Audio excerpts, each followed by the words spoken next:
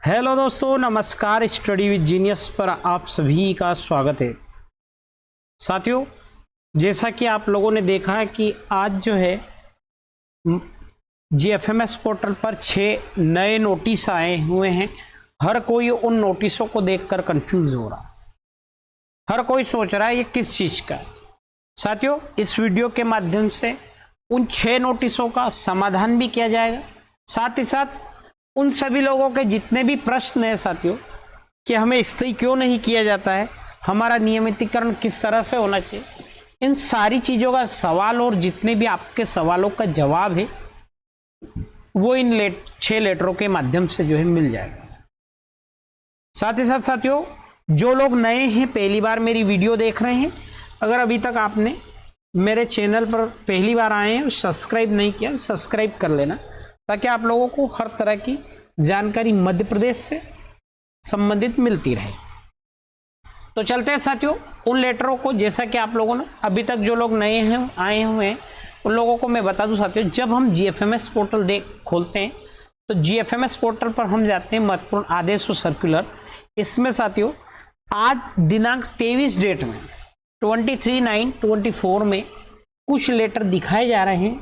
उन लेटरों का क्या है कहना, वो सारी बातों पर जो है विशेष चर्चा करते।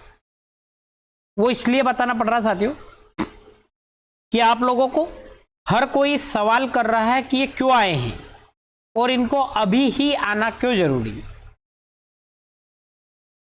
तो बात करता हूं साथियों सीरियल से एक एक लेटर के माध्यम से। तो ध्यान रखिएगा साथियों, पहला लेटर हम जो है पढ़ते हैं। पहला लेटर यह साथियों, इसकी डेट पुरानी मेंशन है क्योंकि जब ये केस आया था, जबकि इसकी डेट जो है आप लोगों की मेंशन है। ठीक है, तो बात करते हैं साथियों इन लेटरों के माध्यम से। इस डेट का आप जो डेट मेंशन है, इस डेट का आप लोग जो है किसी भी तरह से कंफ्यूज ना होइएगा साथियों। याचिका करता है अर्थात कोई अतिथि शिक्षक है जिनका नाम है भूपेंद्र। उनका पता है साथियों, जो भी उनका केस पेंडिंग है वो है बड़ावली मैगनगर, जिला झाबुआ, मध्य प्रदेश का। इन्होंने जबलपुर या समप्रकृति के अन्य प्रकरणों में जो खंडपीठ ग्वालियर है ना, इंदौर में अतिथि शिक्षकों को नियमित करने के संबंध में एक याचिका लगाई थी साथियों। और ये जो है नीचे लिखा हुआ है इंग्लिश में, जिसमें लिखा है जिसमें लिखा है पैरा है ना, जिसमें लिखा है कि पैरा है ना, ये जो भी साथियों उन्होंने जो है लगाया था। और ये जो है इसका जवाब भी जो है सुप्रीम कोर्ट जो है सॉरी साथियों कोर्ट के द्वारा दिया गया है। अब जो है उस पर विशेष चर्चा करता हूं। अगर साथियों इनका ये जो याचिका करता है, इनका कहना है ना, इन्होंने एक अभ्यावेदन प्रस्तुत किया है। याचिकाकर्ता द्वारा अपने अभ्यावेदन में उल्लेख किया गया है कि वह पात्रता परीक्षा उत्तीर्ण, अर्थात वो क्या है, टेट क्वालिफाई। क्या है, टेट सामने वाला आदमी क्वालिफाई है, साथ साथ उसने डीएड भी किया हुआ है ना, और 3 वर्षों से लेकर 15 वर्षों तक लगातार अतिथि शिक्षक के रूप में पढ़ाने का अनुभव भी उनके पास है। तो उनका कहना है कि अन्य राज्यों में भी अतिथि शिक्षकों को नियमित किया गया है, जैसे कि हमारे जस्ट पड़ोस में छत्तीसगढ़ में है ना सर, छत्तीसगढ़ में। ठीक, तो याचिकाकर्ता का कहना है साथियों कि याचिकाकर्ताओं ने नियमितीकरण करने की जो है मांग की गई। अब जब उन्होंने मांग की गई है साथियों, तो सुप्रीम कोर्ट ने क्या कहा है ना, सुप्रीम कोर्ट का कहना है साथियों, ये जो है यहाँ पर जो लिखा हुआ है, ये जो कॉलम है सुप्रीम कोर्ट के जवाब है। और सुप्रीम कोर्ट के जवाब क्या है साथियों कि नियम 11 उपनियम 7 ख 4 में अतिथि शिक्षकों के लिए निम्नानुसार प्रावधान रखे गए। सुप्रीम कोर्ट ने, जिस बंदे ने ये क्लेम किया था, उस आदमी को जो है सुप्रीम कोर्ट ने कहा है कि शैक्षणिक संवर्ग के अंतर्गत सीधी भर्ती के शिक्षकों के पदों में उपलब्ध रिक्तियों का 25%, अर्थात अगर गवर्नमेंट के पास 100 पद है तो उसमें से 25% अर्थात 25 पद जो है अतिथियों के लिए उन लोगों ने दिए हैं। है ना, 25% रिक्तियां अतिथि शिक्षक वर्ग के लिए आरक्षित की जाएगी जिनके द्वारा न्यूनतम 3 शैक्षणिक सत्रों में एवं 200 दिवस मध्य प्रदेश शासन द्वारा संचालित शासकीय विद्यालयों में अतिथि शिक्षक के रूप में कार्य किया हो।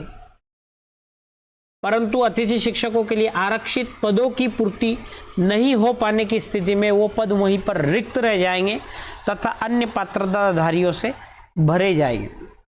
तो यहाँ पर आप लोगों का तो उक्त तथ्यों से साथियों स्पष्ट है कि यहाँ लिखा है स्पष्ट है कि अतिथि शिक्षकों को सीधे नियमित किए जाने का कोई भी प्रावधान या नियम नहीं है। उपरोक्त तथ्यों के आधार पर याचिकाकर्ता के अभ्यावेदन को अमान्य कर प्रकरण निराकृत किया गया है। ठीक है, तो जिन लोगों का जवाब था, जिन लोगों के मन में अंदर प्रश्न था कि हम टेट क्वालिफाई उसके बावजूद भी क्या हम जो है डायरेक्ट रेगुलर हो सकते हैं क्या, तो साथियों क्लियरली मेंशन किया गया है। इसी तरह से मैं हमारे दूसरे साथी का भी जो है पत्र पढ़ लेते हैं कि इन्होंने क्या कहा है।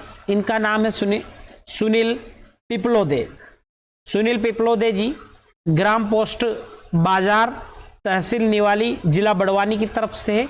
और इन्होंने क्या कहा है, इनका क्या कहना है, याचिकाकर्ता का कहना है साथियों कि वे पात्रता परीक्षा टेट क्वालिफाई है, साथ ही साथ डीएड बीएड प्रशिक्षित है, 3 वर्षों से लेकर 15 वर्षों तक लगातार अतिथि शिक्षक के रूप में पढ़ाने का अनुभव है। तो उनका भी यही कहना है साथियों कि अन्य राज्यों की तर्ज पर अतिथि शिक्षकों को जो है नियमित करने की जो है इनकी मांग है। तो सीधी सी बातें उसके उपलक्ष्य में सुप्रीम जो है कोर्ट ने कहा है साथियों, कोर्ट ने कहा कि नियम 8 के उपनियम 5 में शिक्षक पात्रता परीक्षा के उपरांत शिक्षक चयन परीक्षा के माध्यम से शिक्षकों की भर्ती का प्रावधान है।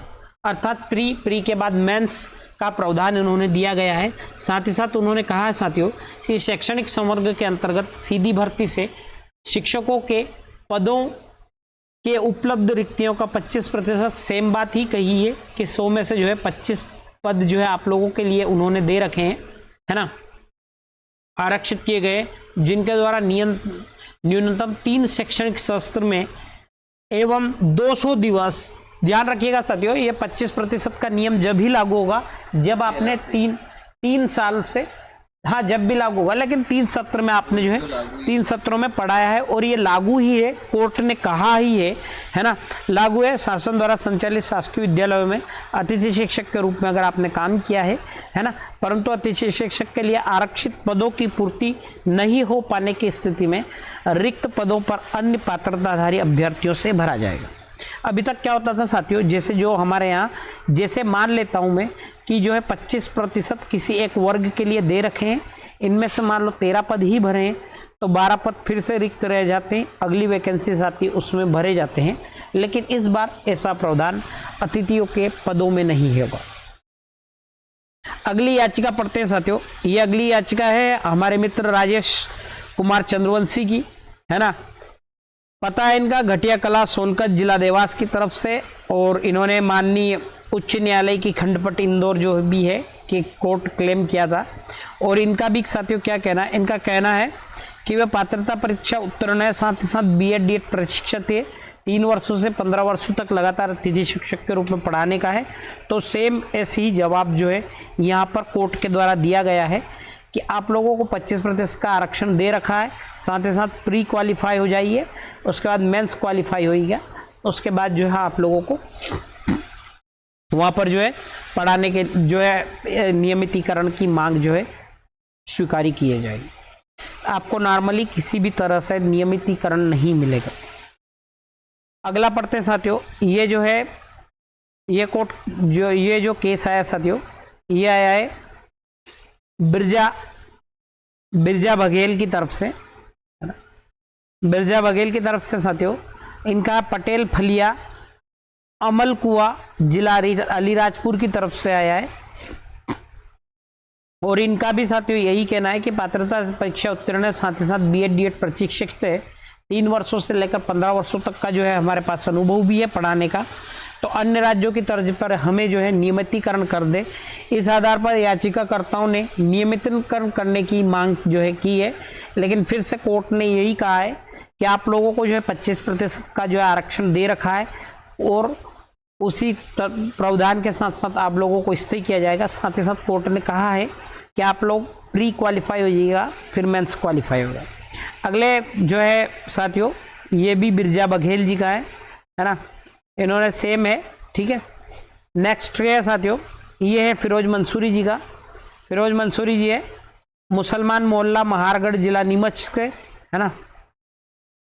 इन्होंने क्या कहा, इन्होंने भी सेम ऐसे ही कहा है और कोर्ट ने इनको सेम ऐसे ही जवाब दिया है। तो आप लोग जो लोग इन लेटरों को कोर्ट केस थे ये अतिथि शिक्षकों के संबंध में, अगर ये आप लोगों को अभी तक समझ में नहीं आ रहे थे तो आप लोग अब जो है आपका कंफ्यूजन क्लियर हो चुका होगा। अगर आपको मेरी वीडियो अच्छी लगी हो साथियों तो शेयर जरूर कीजिएगा। मिलते हैं एक अगली नई खुशखबरी के साथ। थैंक यू साथियों, जय श्री महाकाल।